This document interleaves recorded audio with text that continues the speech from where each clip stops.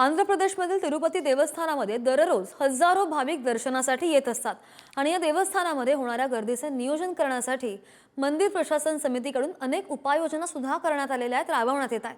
मात्र यानंतर सुद्धा बुधवारी म्हणजेच काल रात्री तिरुपती बालाजी मंदिरामध्ये चेंगराचेंगरीची एक दुर्दैवी घटना घडली। नेमकं काय झालं पाहूयात या सविस्तर रिपोर्टमधून।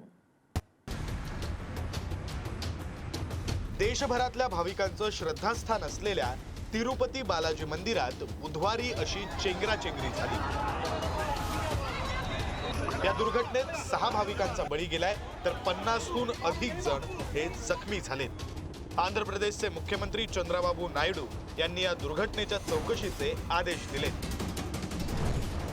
तिरुपती देवस्थानमध्ये दरवर्षी वैकुंठ एकादशी महोत्सवाचं आयोजन केलं जातं। 9 जानेवारीला देवस्थानकडून दर्शनासाठी टोकनचं वितरण केलं जातं। यासाठी देवस्थानकडून ठिकठिकाणी स्वतंत्र काउंटरची व्यवस्था करण्यात आली होती।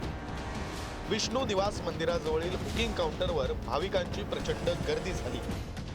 काही भाविकांमध्ये टोकन घेण्यासाठी धक्काबुक्की झाली। धक्काबुक्की झाल्यानं भाविक सैरावैरा पळू लागले आणि त्यामुळे चेंगराचेंगरी झाली।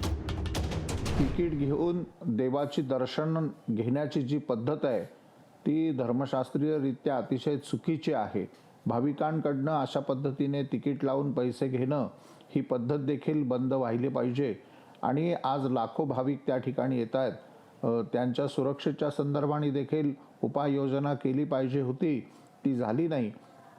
देवस्थाननी या संदर्भामध्ये मोठी काळजी घ्यावी। प्रयागचा महाकुंभ होतोय, या महाकुंभामध्ये 50 कोटी भाविक येण्याची शक्यता आहे। मला असं वाटतं की येथे देखील शासनाने योग्य त्या उपाययोजना कराव्यात।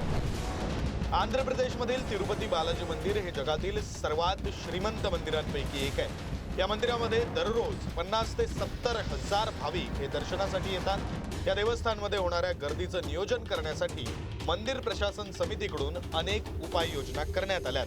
मात्र तरीही चेंगराचेंगरीची दुर्घटना घडल्यानं आश्चर्य व्यक्त होतंय।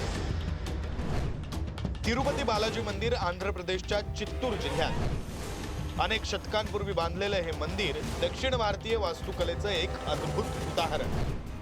जगातील सर्वात श्रीमंत मंदिरांपैकी एक, संपत्ती सुमारे 3 लाख कोटी रुपयांची। तिरुपती देवस्थानकडे तब्बल 11,000 किलो सोनं तर 9,000 किलो चांदी। देशातील 75 ठिकाणी 7,600 एकर इतकी जमीन। तिरुपती देवस्थानकडे देशातील अनेक मोठ्या कंपन्यांच्या मार्केट कॅपपेक्षा जास्त पैसा। केवळ लाडू विक्रीतून वर्षाला 500 कोटींची कमाई। तिरुपती बालाजी मंदिरासह आपल्या देशात अनेक मंदिरांच्या दानपेटीत कोट्यवधींची रक्कम जमा होते, पण मंदिर संस्थानाकडून भाविकांच्या जीवाची पुरेशी काळजी घेतली जात नाही। भाविकांचे हे हकनाक बळी जाणं कधी थांबणार हा प्रश्न या निमित्तानं उपस्थित होतोय। ब्युरो रिपोर्ट, पुढारी न्यूज।